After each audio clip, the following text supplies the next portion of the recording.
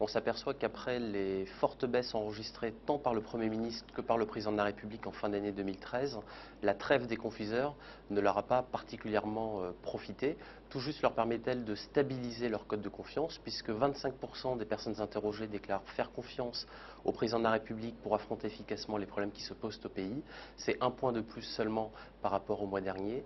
Et le Premier ministre bénéficie lui aussi d'une progression d'un point, mais à un niveau un peu plus bas que le Président de la République, puisque seuls 23% des Français déclarent lui faire confiance.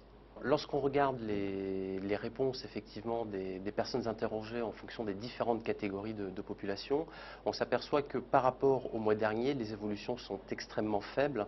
Le Président de la République, tout comme le Premier ministre, ne sont majoritairement bien jugés par une majorité d'interviewés dans aucune des catégories de population. Toutes aujourd'hui sont dans une défiance majoritaire à l'égard de l'exécutif. On observe toutefois que les cadres et les professions libérales sont quand même plus nombreuses, notamment que les ouvriers, à exprimer leur confiance à l'égard du chef de l'État. Juste deux chiffres, 30% des cadres déclarent faire confiance au chef de l'État, alors que les ouvriers ne sont que 17%. Donc on voit qu'on a quand même un écart de 13 points qui est tout à fait significatif ici.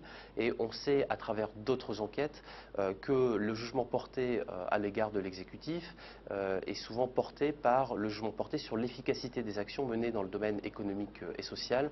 Et les chiffres en matière de chômage notamment étant toujours assez mauvais, ou en tout cas n'indiquant pas une inversion nette de la tendance en matière d'évolution de la courbe du chômage, eh bien tout ceci pèse encore très lourd sur le jugement des Français à l'égard de l'exécutif, et pèse d'ailleurs beaucoup plus lourd auprès des catégories de population qui sont les plus exposées au chômage et aux aléas économiques. C'est en général les catégories populaires et plus particulièrement les ouvriers.